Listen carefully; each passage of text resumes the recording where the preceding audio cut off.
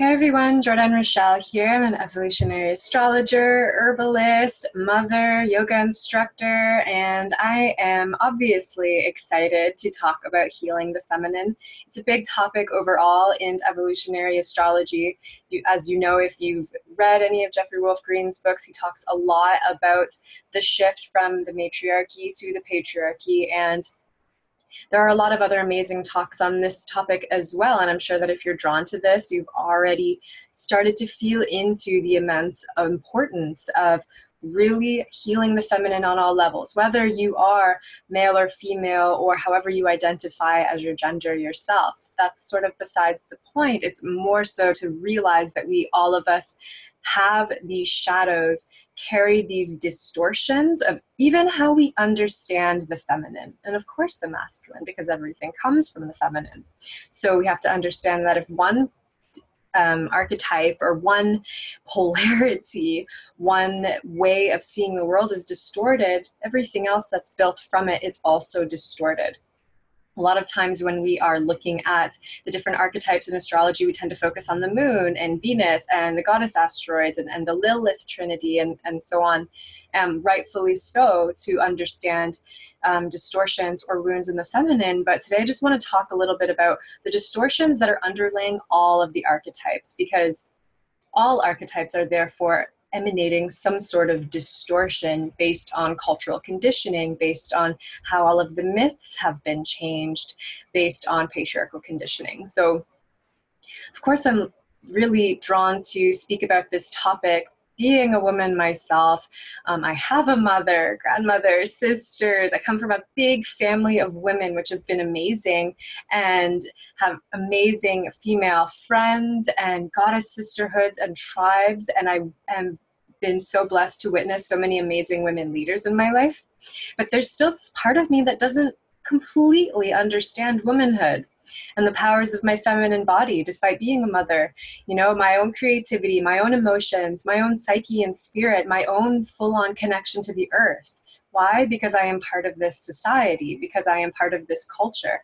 And I did not grow up in a matriarchal society. I grew up in a patriarchal society. So even though I've made a lot of conscious attempts to work on my conscious evolution, my deconditioning of the programming that's really been instilled in me from birth, I'm still working through a lot of my own healing, a lot of my own understanding of natural law, which is very a part and parcel of understanding evolutionary astrology. I'm a Sagittarius, so of course I'm led to understanding natural law, and the ways that I'm doing that at this time are really through exploring healing the feminine. And so hopefully this meeting is helpful for you if you are working with clients or if you are working on your own healing. This is not meant to be in any way an exhaustive list or description of what's going on. I'm going to make mention to quite a few really excellent books and other resources that are very easily, readily available, free, a lot of them, that I highly recommend, just to get a little bit more of a historical background, and you know, reading up on the myths and all the different versions of the myths and so on, just to get a better understanding.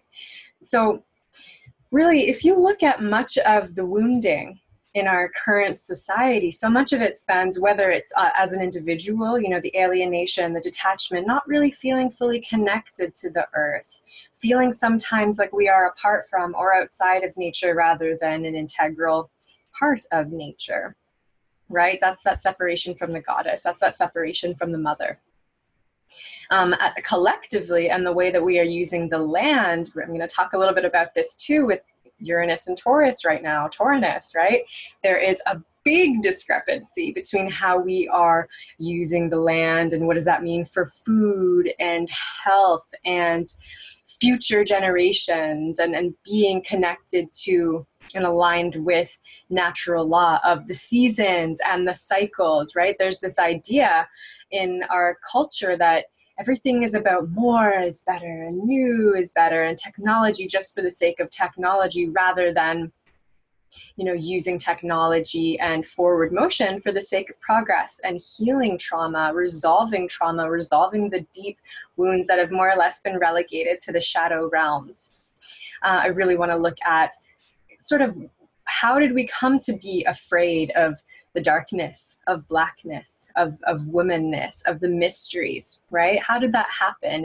And how is understanding that history going to help us move forward in terms of reclaiming our power, in terms of reintegrating these parts of ourselves that really make us who we are, that really can't go away. But the fact that we've sort of repressed these natural urges, that we've repressed nature, this is what causes the distortions. This is what causes the perversions. This is what causes the pain and the suffering, because we are detached from a true understanding of what's really going on.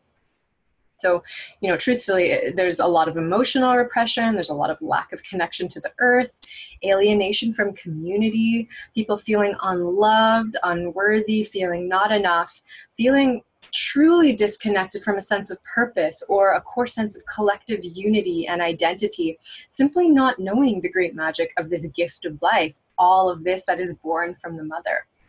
And so all of this alienation, repression, and disconnection from life itself are symptoms of a wounded sense of femininity. And so that feminine nature that really needs continuous loving attention, as we are all born from a mother. We all are connected to life on this earth who is innately feminine, right? We need to look at our own distortions. So much of this is really happening through our current expressions and explorations of that South Node in Capricorn with Saturn and Pluto. We're doing a deep purge right now. We are really at a tipping point. We're seeing a lot more kind of putting out there on screen, exposing the distortions that have sort of been there insidiously hiding. And now we can't really hide from it anymore. We know that things need to change. We know that we need to, all of us, be feminists, whether we are male or female, because we are of a feminine nature. And to support the feminine in ourselves is supporting the earth, is supporting life. And so here is a slideshow that I prepared for you all. Here we go. I love these glyphs made by my beautiful friend, Emily Romano. She's amazing. We've got Juno, Moon, Venus, Pallas Athene, or Pallas Athena, however you like to pronounce that, Vesta, Earth and Water, Ceres. Of course, we have the sacred spiral, the spiral that if you look at, you know, the black is one direction technically, and the white is the other direction. And so it's like this double spiral, both spirals that birth and then going the other way, the death, and then the fact that they kind of congeal together in the center, forming one, really coming to this understanding of the life, death, life process as it's always unfolding. And so we know, of course, that curved lines are also connected to the feminine.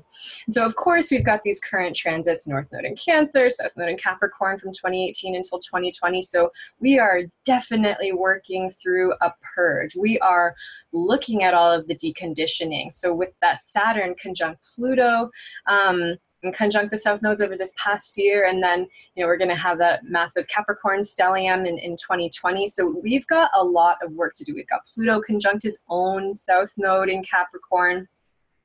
And Pluto itself in Capricorn really being the bottom line of our evolution, right? Right now we are deconditioning from the past. We are really looking at this shift from the matriarchy to the patriarchy, and we're at a tipping point where we're starting to go in the other direction again. We're starting to understand. So many of us, having reincarnated at this time, we're likely here. We're likely in different bodies, different lives at the time of the shift from matriarchy to patriarchy. And so a lot of us are kind of working through these angers, this rage, this need for healing, this need for balance, this need for integration, this deep sense of coming back to ourselves. So all of this is really seen in these current transits. Of course, we're seeing more and more people have these conversations. Well, this is why I wanted to also bring your attention to the fact that Pallas Athene, or Pallas Athena, we'll be squaring the nodes June and July this year. And so that's really kind of pulling us back to those skipped steps collectively of sort of how are we using our creative intelligence, our wisdom to reconnect with the feminine. We are having to go back into the past to understand what happened, right? So this is where past life regression is going to be helpful. This is where just, you know, understanding the basis of your chart is going to be very helpful to just look at what are the past life stories that you're very likely repeating, right? If we understand that anywhere between 80 and 95% of what we are doing in our daily lives is all stemming from the subconscious, and only 5% or maybe a little bit more is coming from conscious decisions, so much of what we are doing and acting upon and our decisions that we're making are based on the trauma of these past lives. If we did have trauma, which I argue that most of us have some sort of trauma, right? And trauma is on a spectrum. There's not just one way to understand it.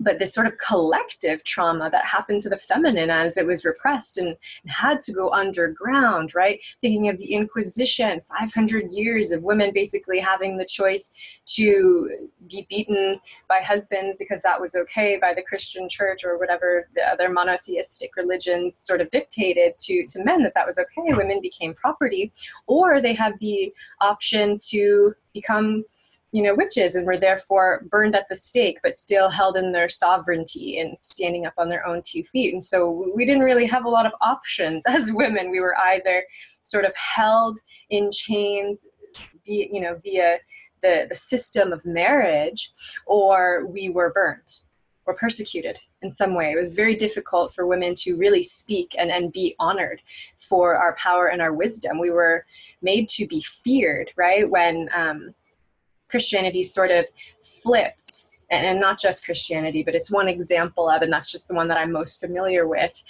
Everything was flipped, right? So everything that used to be honored and revered, right? Pagan, the word pagan is of the people, right? And it's of the land. Everything connected to that was deemed as was demonized, right? Was deemed satanic, which is really only a very recently invented phenomena that didn't even make sense. It's like, to be even satanic, you have to agree that there's only one God and blah, blah, blah. I'm not going to go down that road right now. I highly suggest you read The Great Cosmic Mother by Monica Shu and Barbara Moore. That is a book that is recommended by Jeffrey Wolf Green to everybody, especially if you're involved in work yourself of healing the feminine. But as we are looking at all of this history, sort of digging it up, if we even look at the foundations of the United States or many other countries, sort of what was going on in their charts around the time of their conception, right? There's a lot of purging going on in terms of our systems that are based upon classism, racism, sort of domination, submission, suppression of women and people of color. Like, we're looking at this right now, and this is a repeat. This has happened before, and we're looking at it from the space of, okay, now we can really do something about it. Now we are realizing that we don't need to give away our authority to some government or somebody else to provide us with our worth. We are not looking outside of ourselves as much to understand the meaning of our lives. We're starting to make a little bit more of our own decisions. We're waking up in a lot of senses, and this requires us looking at some painful parts of our history most of us don't want to look at, right? I have conversations with people all the time where they bring up, even within the past 50 years, all of the advances of women, women becoming CEOs and climbing social ladders and becoming politicians and in the government and being some of the wealthiest people on earth, like millionaire women and things like that. And the way I look at it is like, well, yes, that is amazing. And we have come a long way. We still have a long way to go. And I don't think that we can measure progress and healing economically. That's what's happened, right? Our bottom line in our current society has been based on economics. Even a lot of the issues that we are talking about are linked to fairness of wages, which of course that's very important because we need to survive, we need to eat, we need all these things. But it's the basic approach to our life, our lifestyle, that still needs to shift if we really want to work on healing the feminine nature in our lifestyle, in our culture. Right? Not just taking from the land, but giving back and thinking about the next 7 generations and so on. Wanted to share this with you. This is another, these authors talk a lot about history of the goddess and all of the different cultures and all of the overlap. And then also a lot of the myths and how they were turned on their heads and, you know, made to be something that we should be afraid of, right? Like serpents, snakes, the whole Adam and Eve story, even though serpents and snakes really represent earth wisdom. And so therefore we, you know, the patriarchy needed to demonize those things in order for women to be feared and therefore repressed, and they became evil, right? This power, this wisdom, this healing ability, this, you know, the first shamans, psychics, the people who really created society based from, you know, this heart center, this spiritual center being alignment with natural law. All of this became then something to be feared. So it all went underground, or, you know, in certain spaces disappeared. Never fully, of course. But so this is an example, the Loselle goddess. She was found in a cave in France, 20 to 30,000 years old. You know, she's got the horn. The horn is a symbol of the goddess. She's got the beautiful breasts. She is, I love this, the horn is carved with 13 marks. That's a symbol of the moon and the mystery of menstruation. You know, the cornucopia, abundance of the earth and goddess. And so there are countless examples of matriarchal societies living in peace and harmony for thousands upon thousands and thousands of years, and something shifting in our collective consciousness that then started to repress this energy. And so we can even look at all of the myths that we typically use in astrology to kind of see how did they become the myths that we know them to be today?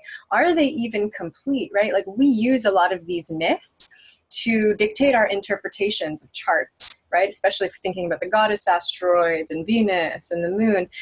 We should really be questioning these things, and where did they come from? And to what degree are they accurate? For one, you know, in terms of a greater sense of identity and consciousness, and what is really helpful and supportive for humanity as we use astrology as a tool for evolution and self-knowledge, right? Versus in what ways is it perpetuating stereotypes? So we really want to look at that. Just got a couple images of the spiral. The spiral is the great goddess in everything. I love that. Horns. Again, one of the goddess's animals was the stag. The snail is one of the goddess symbols as well, because the snail is a hermaphrodite. And also, speaking of that, bisexuality, I really feel that a lot of how we are shifting in our current culture to be more open and accepting and of the queer society in general, we are starting to realize that in order to fully embody all of our nature, our sexual nature, our nature as human beings, we need to be able to incorporate all sexual preferences, but we also need to understand that so much of our power is linked to our sexuality, and so much of our sexuality has been repressed. So therefore, our sexual power is repressed. And this is really, I think, a big movement towards opening that up again.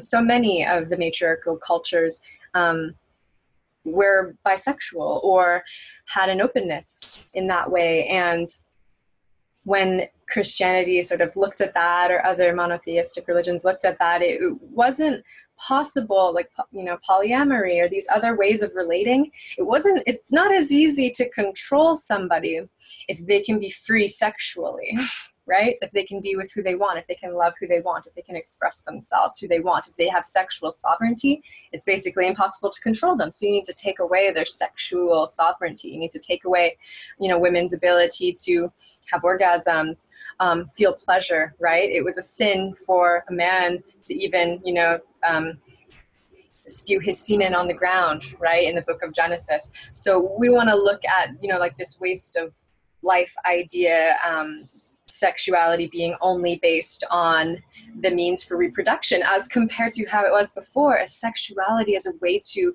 know, open the 10th gate, to explore the ecstatic experience of being alive. Like, sexuality was just part of life. It's how we connected to the goddess. And so when we demonized that, we took away some of, you know, females and the feminine energy's greatest power, which is through sexuality, sacred sexuality. So I could talk all day about different distortions of the goddess, but I really want to just point out that most archetypes have been completely distorted from their pure expression. And what we know psychologically, any urge, any natural urge, and you can think of all archetypes that we will explore in astrology as being linked in some way, shape, or form to a natural urge that we are going to have as humans. And we know that what is within us needs to be expressed. And if it's not, it becomes a complex, or it becomes part of the shadow, right? This is where we get perversions and mania, and people not understanding themselves, and mental illness, and all of these things. So as a culture, as a collective, we've sort of condoned a certain level of mental illness by us just being so completely disconnected from the truth of who we are, by having to just basically deny our nature. And so because of that, most of the archetypes that we use and understand have been sort of molded and fit into our understandings of that. So again, with this Pluto, Saturn, South Node conjunct all in Capricorn, we really want to look at how do we define the nature of our reality, because all of that is shifting and changing. Our consciousness is expanding, and we need to be able to look at our archetypes, look at our myth, look at our story, look at how we are interpreting things to sort of evolve with that. So everything being distorted from the pure expression is going to create those perversions, right? This includes the traditional goddess archetypes as well as the masculine energy archetypes. And so as the sacred feminine became distorted, so then did the masculine. They must heal together, finding a new synthesis in alignment with natural law. Like I mentioned already, much of this distortion is based on myths being flipped upside down, not making sense, sometimes replacing the females with males just to make it a more male-oriented myth.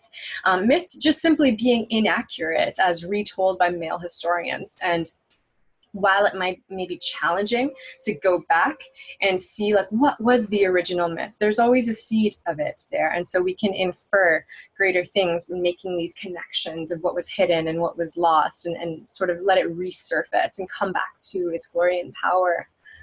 And so the natural potential, this is kind of how I'm going to divide everything through the distortions and the potential.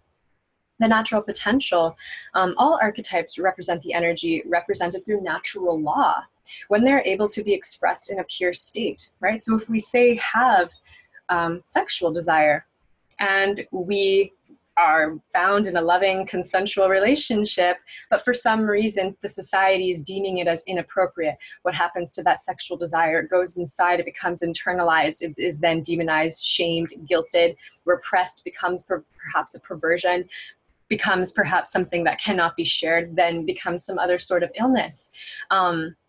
As all emotional repression is very much linked to most of our illnesses that we are experiencing now. So that's just one example. Same with anger, perhaps. So you grow up and you are taught to fear your anger. You never therefore learn healthy expression of it, and you then tend to repress your anger, and then what happens? Somebody pushes that button one too many times and you explode, right? And so that becomes that sort of perversion of anger.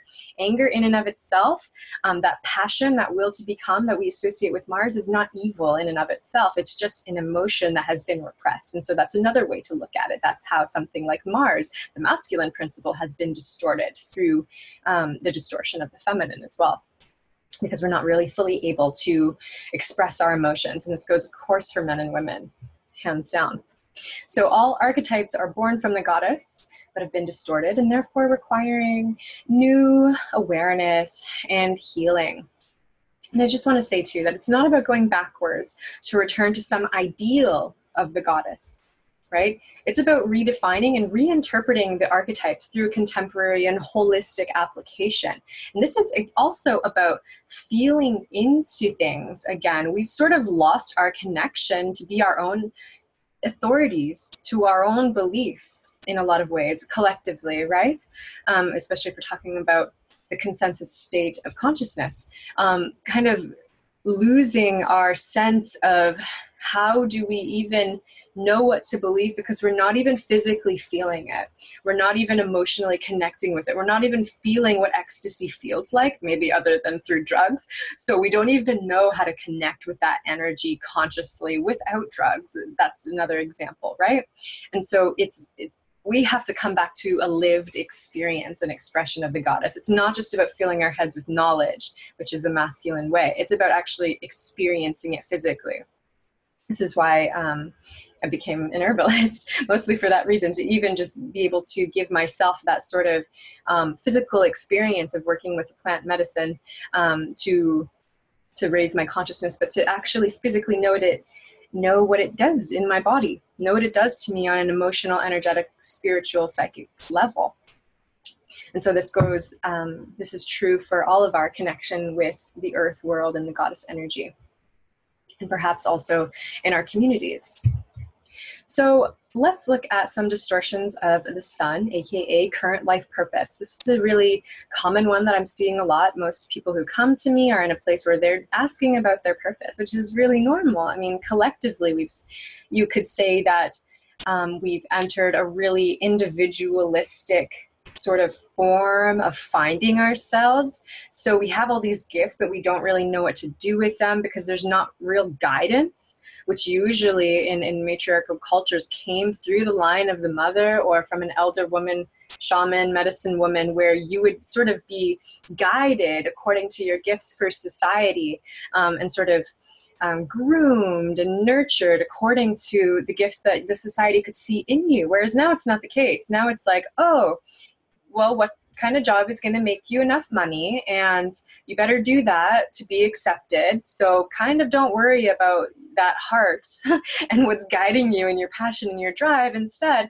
just focus on perhaps, becoming a lawyer because that's going to make sense for you, and or maybe it's going to serve the ego, or just, your personal will, or just kind of doing it just because you don't actually know your purpose, but just because it's something to do. And then that in and of itself creating room for disease or illness, just not feeding the sun, right? Our sun needs to be fed. We need to feed our purpose. I have the belief that we will find a way to do this, but a lot of times it just takes a lot longer when we are just totally out of touch with who we are.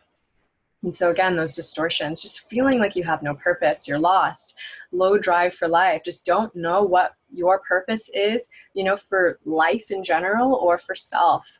And it's so interesting, right? In this current age where we are all meant to be these individual shining stars, which in theory is really beautiful. We have to remember that we're still a collective, right? Never before have we seen such alienation and detachment, and people feeling lonely, people feeling disconnected, even though we are easily able to be connected from across the world, as you are currently exemplifying by joining me on this call. So really, we want to look to this natural potential of the sun, which is very much connected to knowing our why for life. When you're connected to your why, when you're connected to your purpose, you are energized from the inside out. Your purpose is connected to source, connected to the goddess, connected to the earth and sky. Right? You are energized when engaging in the activities linked to your purpose. And your purpose is also linked to collective evolution, not just about this individual sense of gain, which is what we are taught in the current patriarchal distortion. A lot of us are deconditioning from that. So the moon, this is probably the biggest one. All of our moon stories have been highly distorted to create this fear of the feminine, fear of the dark, fear of the past, and this creates fear of full self-expression, especially if you are a woman, because for centuries, for thousands of years, it was just not okay to be a woman in many societies. So just that very basis of being shamed for who you are, and that moon being our sense of soul, that sense of who we are, our medicine.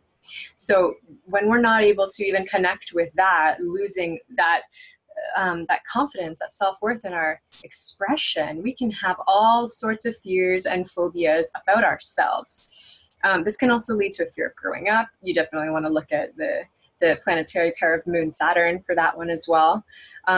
Any more distortions of the moon can link to being disconnected from our emotions, disconnected from the wholeness of our nature. Right? That ebb and flow, dark side and light side. We can also look at Black Moon Lilith, Asteroid Lilith, Dark Moon Lilith to really understand the Lilith Trinity and her relation to the moon as well. I'll talk about that towards the end. not wanting to experience change, as the moon really can show us change, how we are changing and growing as she is the integrating force that keeps us rooted in the present between past and future versions of self. That's how we look at the lunar nodes, that south node being the past and where we came from in a very generalized sense, and that north node being where we are headed and what we are sort of consciously focusing on in order to carry out the evolutionary intentions as set out by Pluto. So if we are not even comfortable being ourselves on some subconscious level, which much of it is, much of our issues are very subconscious, it can be very hard to integrate past self and therefore current self and therefore future self as well. And we can also not be very open to receiving love or nourishment.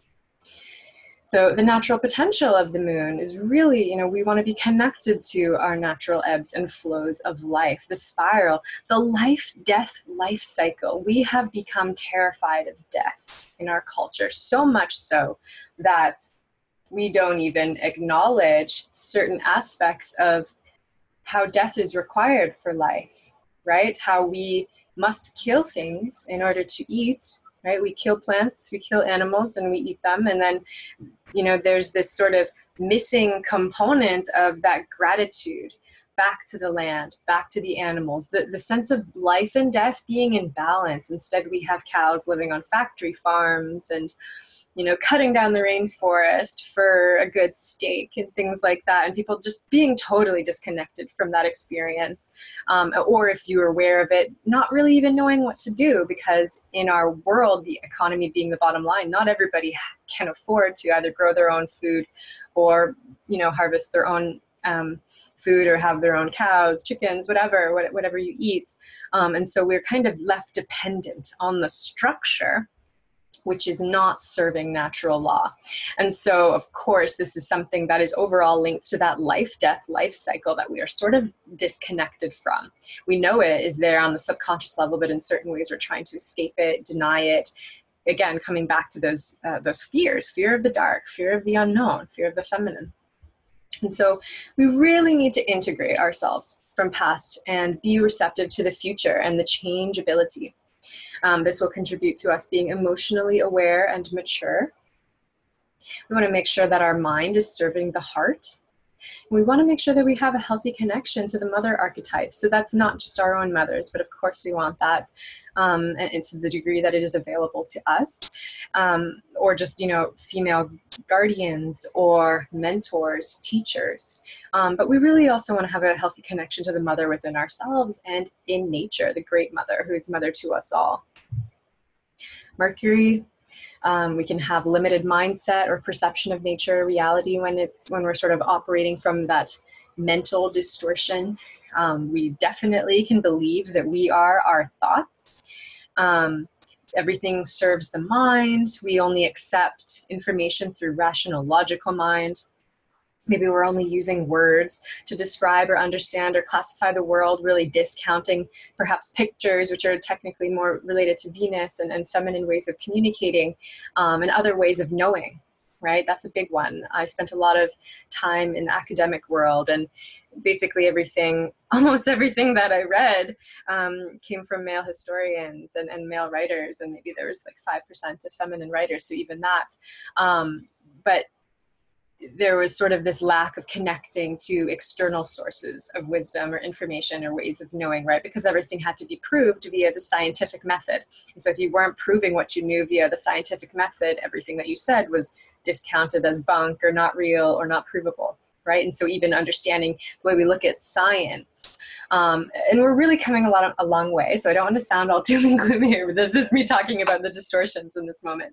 But we're really coming a long way to bridge science and spirituality, which I think is the next big wave. And so the natural potential of Mercury and also being able to speak our mind is really having that mind linked with the intuitive mind. And so this is, again, that connection with Jupiter, higher self connection. But we want to make sure that it is this sort of clear channel that is linked to truth, that is linked to natural law. Otherwise, we're just kind of in these ruts, in these patterns of just repeating more conditioned thoughts and words and phrases. Really, that's one of the number one things that people are working on in mental health is how to align with positive self-talk. So one positive way of working through that is just being able to witness the patterns of nature and natural law, to be able to make sense of our connection with nature, to classify our experience in alignment with the truth.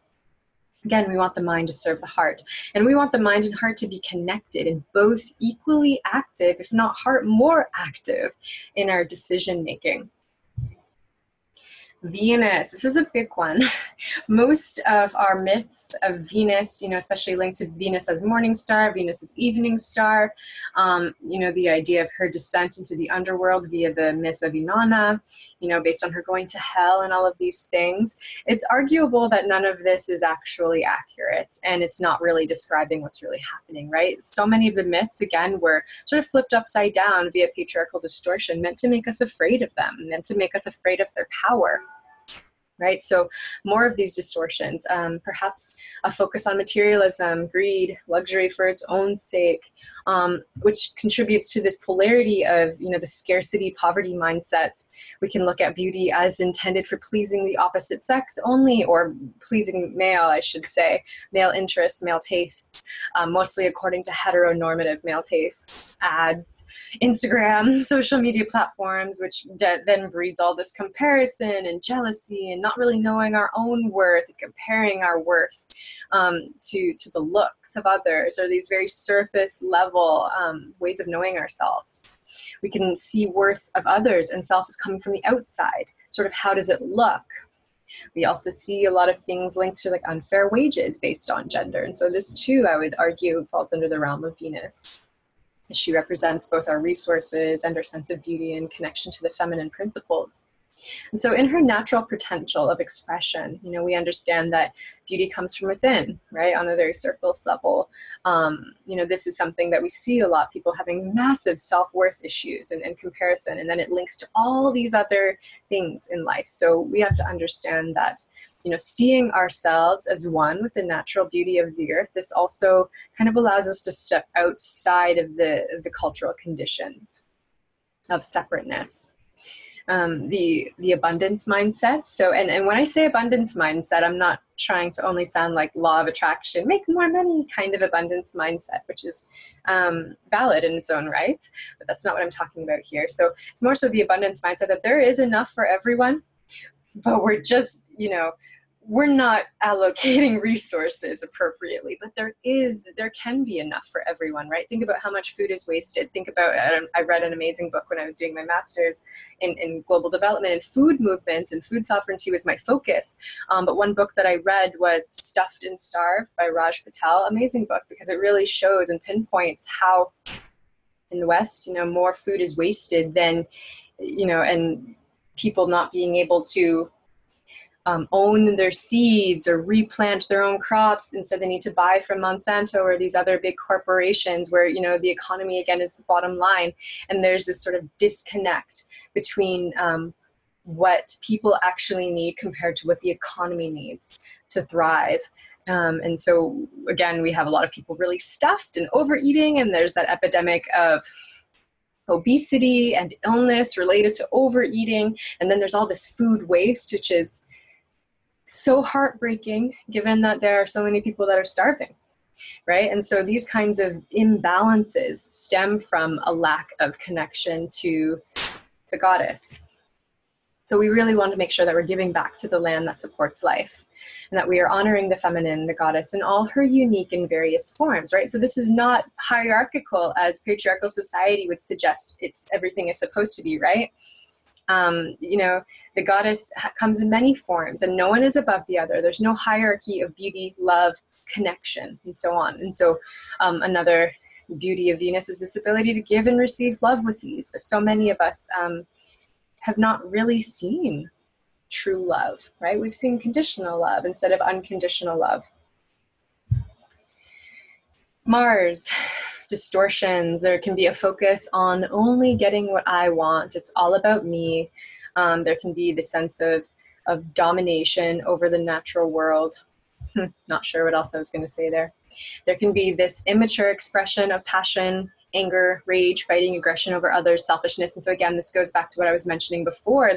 If there's thwarted Mars energy, say in a child who's like, I am learning to express myself, I am learning to become who I'm here to become, but they are then sort of put into a box and not able to express their energy, their passion, whatever it means, whatever it is, their sex drive, right? They're told that sex is bad. You cannot touch yourself there when you're 10 years old or 5 years old or whatever, right? That becomes shame, sexual shame, all of these things. That becomes a very scary sort of trigger for trauma later on. This leads to things like rape culture, aggression, violence, right? We're healing a lot of this with the current transit of Chiron and Aries. Right? Another distortion of Mars, along with Jupiter and Pluto, is that misogyny and sexual distortions. There can be also, with a Mars distortion, just low energy or no drive for life, not able to connect to our reason for being and what we are here to become. So the natural potential for Mars, right, is that our desires and our action is in alignment with the soul, because Mars is the lower octave of Pluto. Our desires are being accepted and expressed in a pure way. This is a healthy expression of anger, justice. This is maturing the ego instead of just trying to deny it. This is a drive and will for life that is strong and supported through aligned action and able to manifest from the heart, right? Like our Mars guides us to our Pluto evolutionary intention. And so we need to be able to express that energy in a healthy way in order to kind of get to our bottom line Pluto mission. And also then a healthy sex drive and passion and just this will to live and the energy to become, this energy to do what we came here to do. So Jupiter distortions, greed, materialism, overconsumption, right? As Jupiter tends to expand everything. But when it's distorted, this is not connected to higher self or intuition. This is maybe following gurus, but not connected to source. This is dogmatic perspectives, perhaps lording over others. The idea of there being only one truth, one God, one right answer, everything else is wrong. Disconnected from natural law, putting man-made law at the top of everything. The goddess being ripped out of culture via renaming her in a distorted lens, like I mentioned, to create fear, therefore easier to follow patriarchal conditioning. Again, this is rape, misogyny, infidelity. We know the stories of, Jupiter and Hera, or Juno, Zeus, Hera.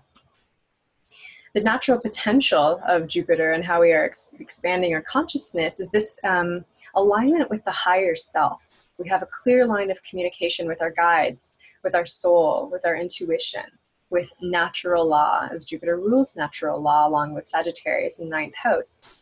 There can be a true marriage through equality, not through domination, submission. So I'll mention more on that in regards to Juno later. There's generosity, there's speaking truth, open-mindedness, continuous focus on conscious evolution. And so this is not the idea that there is one truth. This is continuing to expand our consciousness in alignment with how we are evolving. And really, we can become our own teachers, our own gurus, based on our own inner barometer, which is, you can trust that inner barometer when you are aligned with source energy as a source of guidance, with God, goddess energy.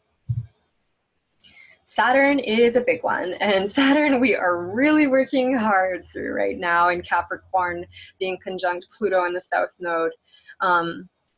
Really being in Capricorn, that archetype of domination, submission, or master slave. These are, the distortions of structures that serve only the top of the pyramid and everybody else is below, just serving those sort of selfish ends at the top. Hierarchy. Authority is projected externally. Think about politics. A lot of times, even our own distortions coming through this Saturnian conditioning may bring us back to the idea that the only way to make change is to vote in the right president, for example. And while that may be an excellent form of change and definitely a step in the right direction, as we become, more aware of our own ability to be autonomous and make our own choices, we start to see more that the true authority for how we live our lives comes from us, comes from, as a collective, our ability to heal and transform, and it not being just about this need to have a king, queen, external authority make our decisions for us, because it implies that we're not mature enough to do it. I think that we are and can be. Also, Saturn distortions. Systems are classist. They are only serving those at the top. Think education, think politics. If you think about the fact that, so high school, for example, used to be charged for, and I'm Canadian, so I'm thinking about from that perspective, but you don't have to pay for grade school, you don't have to pay for high school. I know that's not necessarily the case in certain private systems in America, but there was the idea that high school was made free because it was the baseline requirement of society to function, for people to have the necessary skills to thrive in the world. We didn't do that with university. And the argument is that, and at least in the West, North America, because it's meant to be this system that sets you apart from others, because you have more money, or perhaps you were given grants or scholarships or whatever, but it still required money and privilege to be able to get into that place. And so, of course, there's all of these attempts of affirmative action and things like that, which are really trying to mitigate this classism that's built within the system that's sort of meant to say this person is better than this person. Or this person is more qualified or more intelligent because they have this piece of paper that says this versus this. And in some ways I might sound a little bit hypocritical saying this, because I also do have a master's, but in that experience, I witnessed that there was a lot of this classism going on. And I do come from a privileged background. I was given grants and scholarships, especially being a woman of color and all of these things. And so I did get to benefit from this affirmative action and from, you know, the systems that are trying to make right in a lot of ways. But there's just that overall energy of how are we conditioned in our society to even decide what is valuable information, or what education is valuable for our culture. Like, what do people really need to be learning about? What are we deciding to teach our kids in schools and things like that? And so a lot of this stuff is just being totally torn down with Saturn, Pluto, and Capricorn conjunct the South Node. And we're just really looking at how are they built up in the first place, and what are the values that were sort of espoused to be at the center of what we are trying to do in our culture, right? So much of it is the factory line, the assembly line based off of the Industrial Revolution. And we're finally starting to get to this point where we realize that's not actually helpful. And that, you know, we're trying to come back to a more holistic sense, maybe a more connected to the goddess sense, right? I have a daughter and I want to put her in schools that are, you know, maybe forest type of schools where they learn outside, where they're connected to the goddess, where they're connected to nature and learning about, you know, how to have a physical experience in alignment with natural law. And so when that's sort of disconnected, it's really easy to see then how we have all of these, kind of going back to Jupiter, all of these other sort of ideas about there being only a very limited version of truth that is sort of put at the top or accepted in society. So again, this Saturn distortion, that the economy is the bottom line of success. There's little to no regard to the finite nature of resources, not reflecting on the next 7 generations that we were born the earth from, and so on. So the natural potential as individuals, as communities, is to really have healthy boundaries, to be able to parent ourselves, to really understand that we are the authority that we require to live out our purpose, to live out our karma, master our karma and our dharma. We want our structures, our communal societal structures, to be aligned with natural law. We want our systems to be based on equanimity, so no more classist systems, racist systems, gender-oriented systems, right? We want there to be all-inclusive systems, also focused on the next 7 generations, also honoring our wise elders. We want to realize our inner authority and potential for mastery based on our own experience and skills, not simply through capitalist, classist systems of achievement. And again, we want to find fulfillment in through our alignment with our soul purpose and not simply through material gain or worldly accolades. And so again, Saturn represents the consensus state of consciousness, Uranus, the individuated, Neptune, the spirituated. And so when we're kind of working through these Saturnian deconditioning, we're looking at like, where are we aligned with consensus thinking and why? And is it serving us? And in what ways am I sort of ready to kind of evolve those things, push the consensus forward in terms of, you know, our evolution as a collective.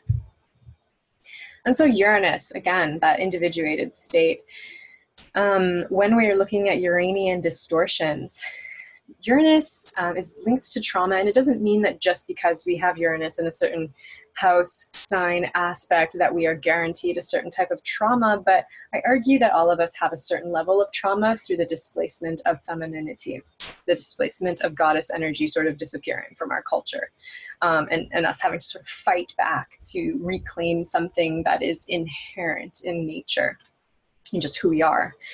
So a lot of us have those unresolved traumas that are just continuously perpetuated. Another distortion is the technology just for the sake of more is better, new is better, instead of better is better, right? Or less is more, or, you know, so thinking about the new iPhones coming out every week. When we think about science without conscience, when we are just trying to create something new just for the sake of it, or again, it also being something to serve capitalist or neoliberalist agendas.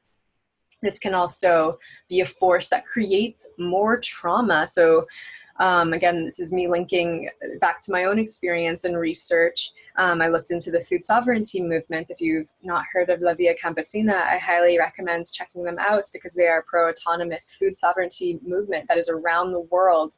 But a lot of what they are sort of coming up against is, you know, small farmers not being able to save seeds, right? The very essence of life, being sold GMO seeds that then do not reproduce seeds on the new plants that they give them, so that they are forced to then buy the same product or same seed from Monsanto or the other big corporations. So a lot of people are becoming a lot more aware of this, which is really good news. But there's still things going on like land grabs, people being evicted from their generation upon generation living on that land, but because they're not paying the government for it, they can't live there anymore, or the government will just sell land. You know, I'm thinking of what happens in Africa, the land grabs. It's very heartbreaking, people being completely displaced from the land. And these are all Uranus and Taurus issues, right? The last time this happened was 84 years ago. Think the Great Depression, think the Dust Bowl in America. So a lot of us kind of having to look at in what ways is our technological use supportive to natural law? And in those ways, we will sort of be kind of, you know, rewarded by being able to survive. And if we are not, if we are sort of operating out of this just sort of economic baseline technological focus where it's just about making more money, or it's just about greater production without thinking about the quality of the soil, the quality of the food, the nutrition of the food, and all of those things, and sort of perhaps our farming techniques in general, we risk starvation. We risk greater loss of food. We risk the land being able to support us, because the goddess, as she is known, is all about this balancing energy between life and death. Life, death, life. And so when we are just sort of making this assumption that our resources are infinite, that we can just plant more, harvest more, you know, have more cows born and cut down more rainforests, but we know that there's a limit, we're sort of asking for Mother Earth to kind of strike back in a way, or not actually be able to give. And I know that this kind of butts heads with certain law of attraction ideas, which I also am very, you know, fascinated with. But there is this idea that to think about the world as a finite resource is sort of a limited idea, you know. I mean, but we do live in a 3D reality where there is there are finite resources, right? We've already hit peak oil, right? We know that this is real. I mean, we're either going to have to kind of figure out a new technology for how we want to drive cars, right? Electric cars, it's an option. But I mean, gas is going to run out, and we already know that. So, you know, thinking about different things like biofuels, and also just finding a different way that technology can just serve us for healthier food systems, and it not just be about serving the bottom line of economy. So again, that leads us into our natural potentials for Uranus. And remember, the mantra for Uranus is choosing change before change chooses you. So we want to look at technology that's used for perhaps healing trauma instead of creating trauma. Healthier food systems. We want to be innovating systems, to be more inclusive to the needs of the world, not just somebody's pocketbook. We want to look at the balance of technological and organic approach to sustainability, the old and new world working together.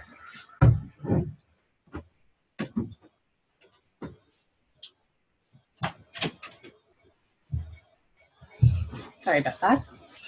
We want the technology, the information to be for the people, not under economic lock and key. And we want to be focusing on prosperity and well-being of future generations and using technology to offer us that.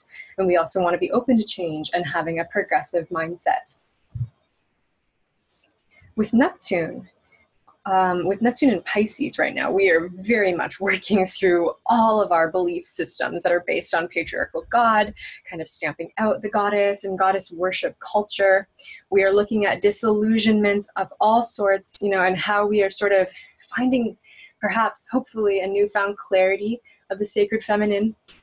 But we may also kind of come to these painful realizations that we did lose a slight connection to her wisdom and the wisdom of balance in life. And so a lot of us, if we are not fully paying attention to that on a spiritual, energetic level, we might kind of experience where we have to inevitably surrender or lose out or become disillusioned, which is a good thing in the name of evolution, but we might become disillusioned by what we thought was real, by what we thought was reality, by our concept of God, goddess.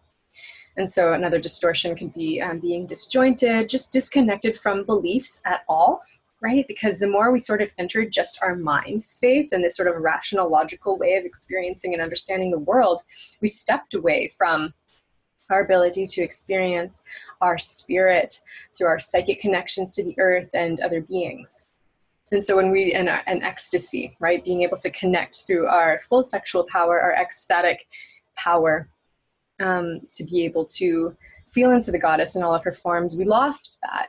And in order to kind of, we know that we've lost it in a way. And so in order to kind of try to find her again, we are searching through different kinds of drugs, alcohol, other forms of escapism, because we know there's some sort of meaning of life or some sort of timeless truth that we may not be able to access based on our current cultural conditioning and distortions.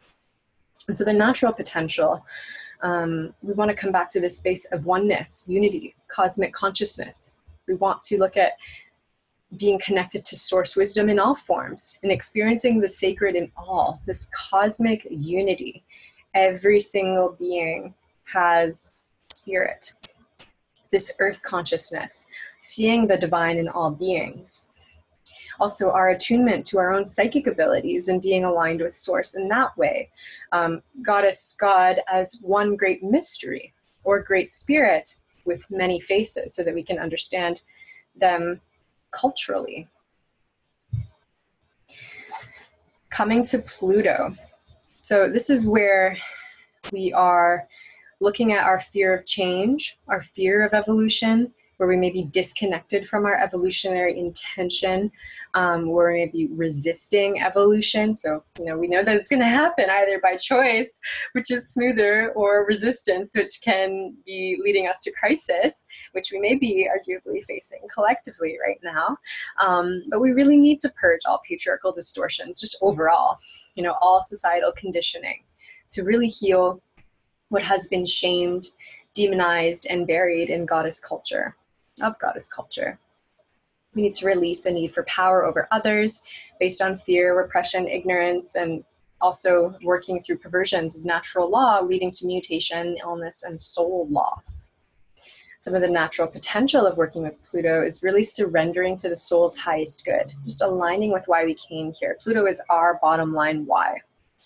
We want to be consciously evolving, aligning with our soul path, and we can learn so much from the goddess who wants to help us do this, because remembering our soul path is remembering the goddess. We want to look at power with others instead of power over others, power within self. We want to transmute lower level desires into higher level desires. And so again, this is returning to source. We want to reach deep into the soul for our bottom line why.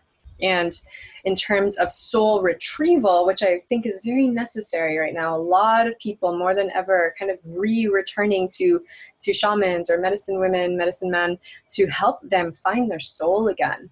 Fun facts, which you would find out if you read The Great Cosmic Mother. You could learn about all the first shamans were women, first medicine women, all of these things, first herbalists, and so on. So coming back to soul is coming back to the goddess as well.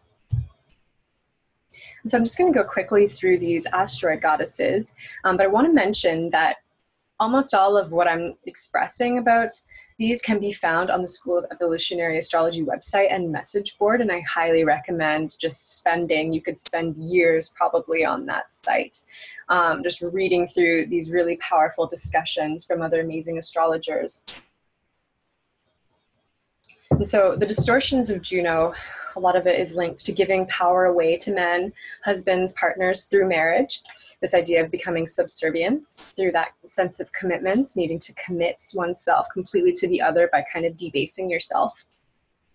This can also link to infidelity, jealousy, rage. I mean, look at all of the Juno, Jupiter, Zeus, Hera myth. And this also links to toxic femininity and toxic masculinity, really just trying to control one another, surfacing in relationship patterns. And so the natural potential of Juno, when we see her in her highest form, is really about reclaiming power and equality in relationships. And so much of this depends on the level of consciousness, being, consensus, individuated, or spiritual, or any of those sub-levels within those 3 levels of consciousness. And so we're going to see different expressions of this depending on the level of consciousness, but all of it can be about, in some way, shape, or form, sort of reclaiming power and inequality. Series. Distortions. Again, of course, I've got this focus on talking about food and eating.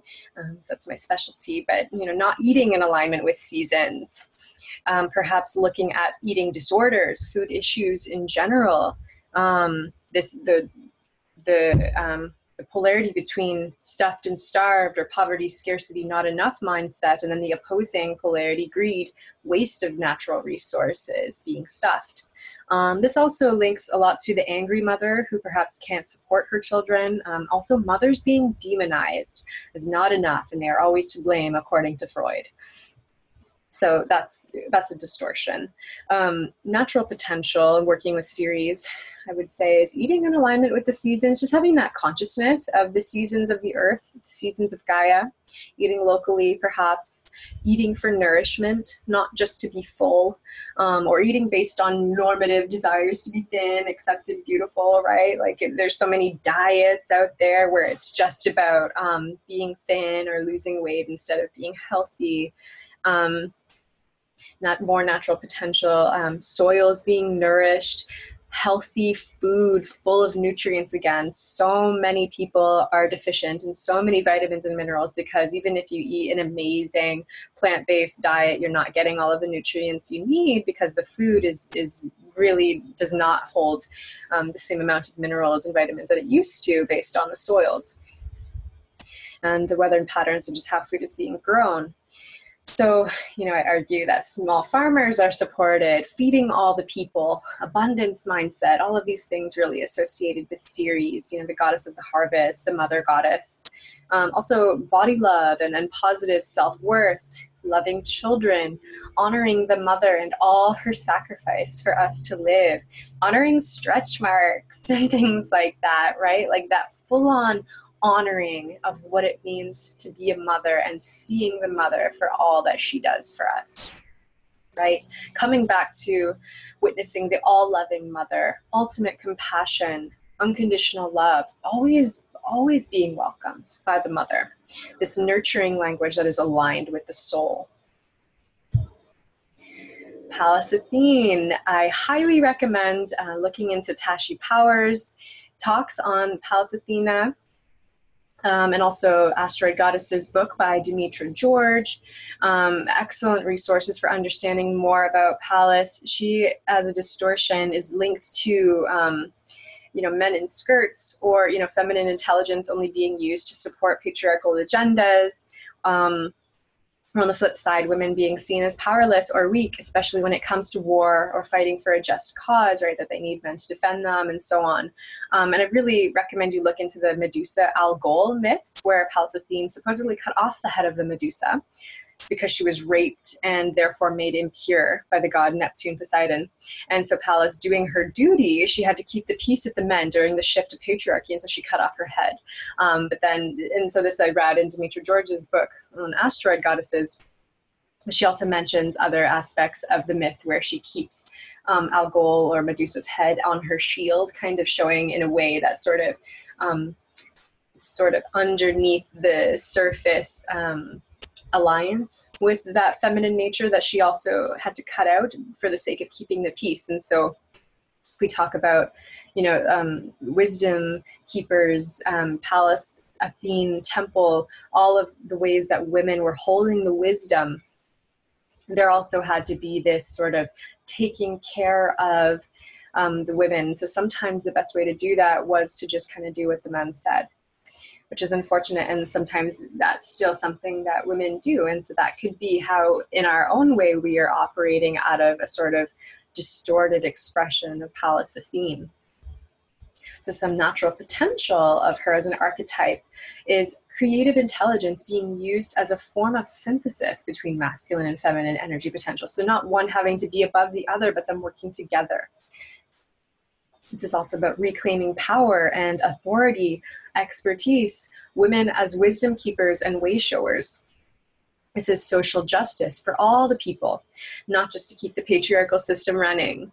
This is the protector of women, the tribe, the sisterhood.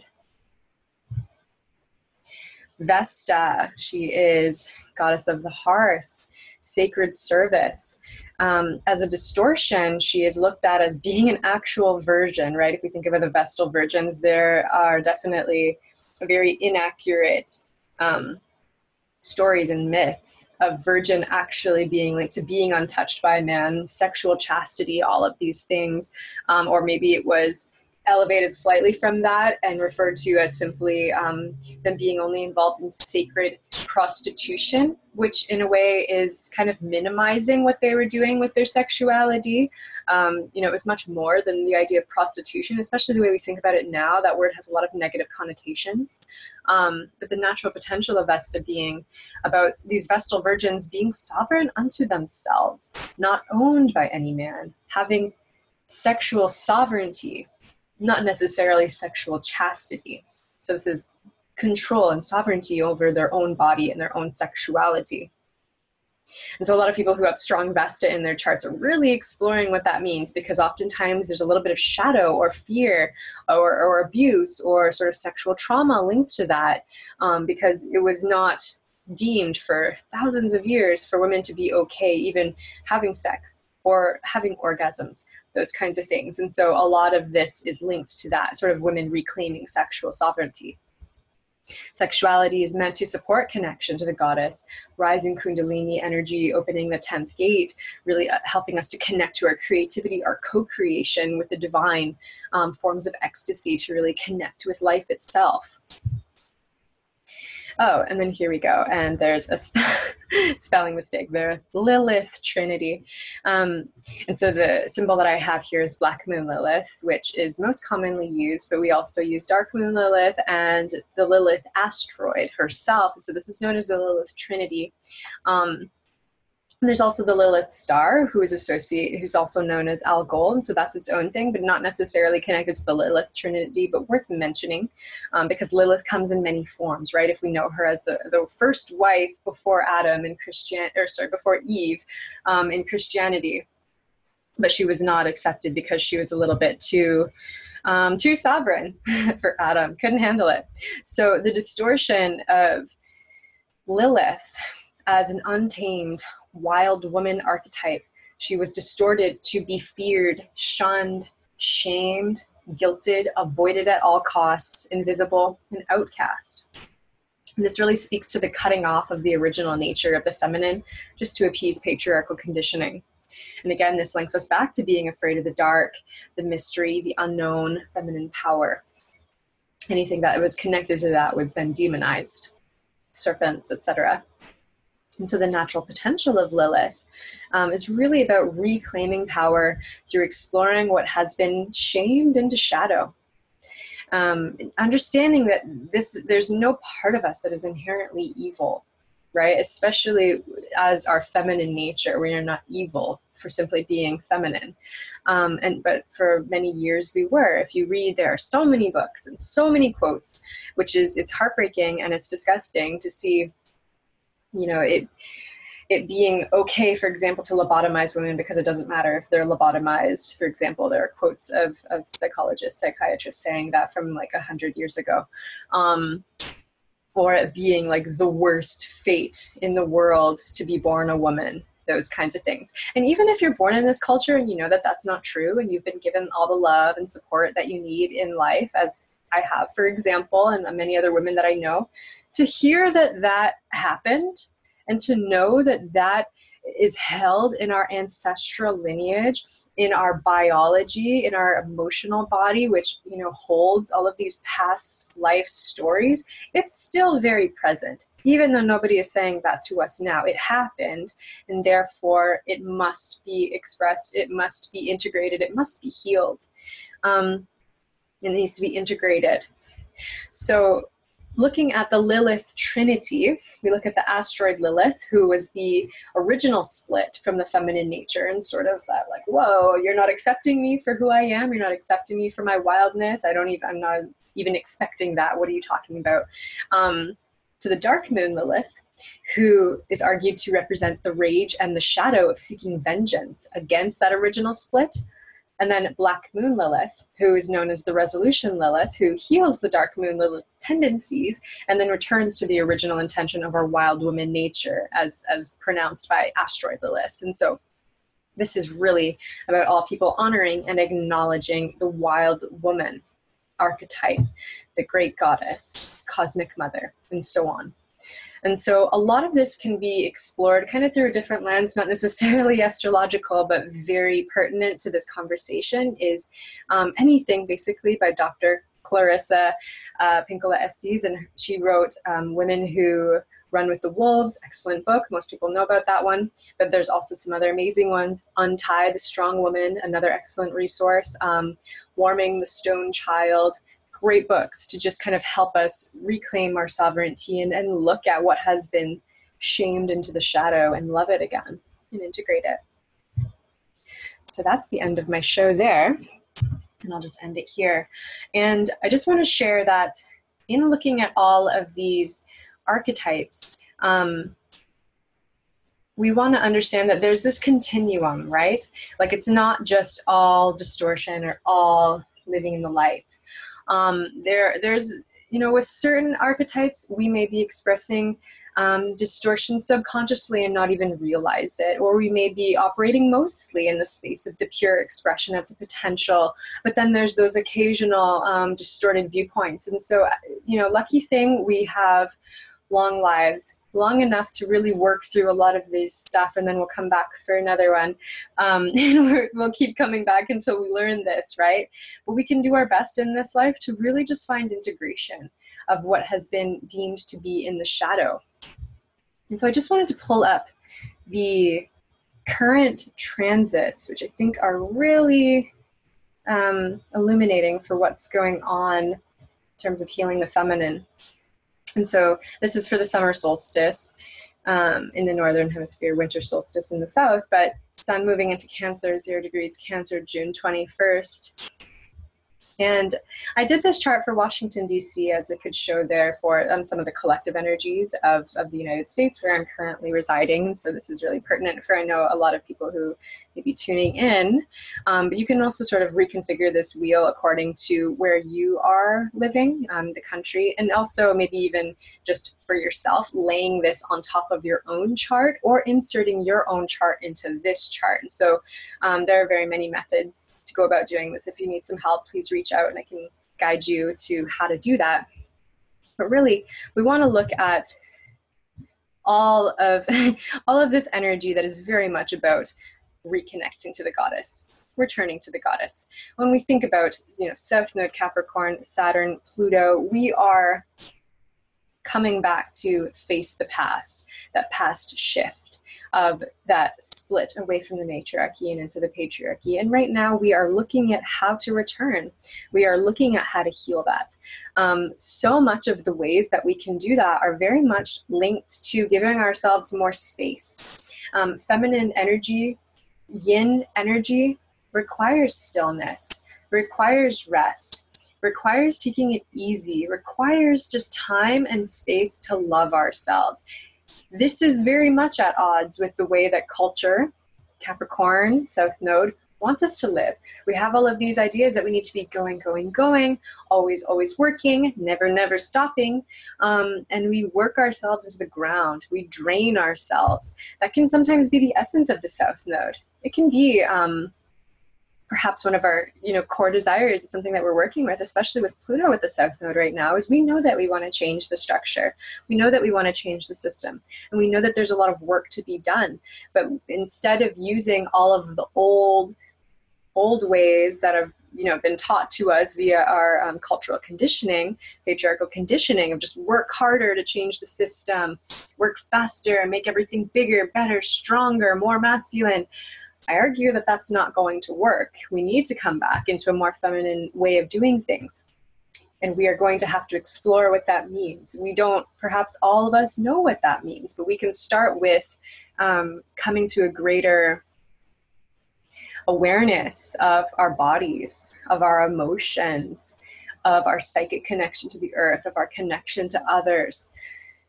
Cancer also rules the stomach. And so I really feel that if we can't figure all of this stuff out mentally, at the very least, we align with the goddess physically through what we eat, through how we connect to and care for the earth that we live on.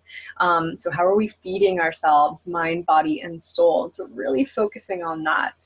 You can take some time this upcoming Cancer season to really look into these things for yourself, to kind of look at, okay, where and how am I deconditioning from, patriarchal cultural norms, right? So in your chart, you want to look at where do you have these degrees of Capricorn and then the opposing side of Cancer to kind of see this will be your axis that you're primarily working with. Which houses are they showing up in? And then therefore, what other planets in your chart are being activated by these transits? And they will really show how you yourself are sort of learning to heal the feminine, and what aspects of the feminine require more healing for you, as it's definitely not a one-size-fits-all experience. So with that, just want to thank you all for being here, for listening to this talk. I definitely suggest that you check out the message board on the School of Evolutionary Astrology. There's a lot of great conversation on there. Definitely check out books by Dr. Clarissa Pinkola-Estes, Tashi Powers. Linda Johnson has some amazing threads on the goddess, Kristen Fontana, Ari Moshe, all of them up on the message board. So go and check those out. And if you have any questions for me or some of the ways that I do readings or how I work with people to do therapies with healing the feminine or just general healing in medical astrology, please feel free to reach out and I would be glad to connect. Until next time, many blessings. Namaste.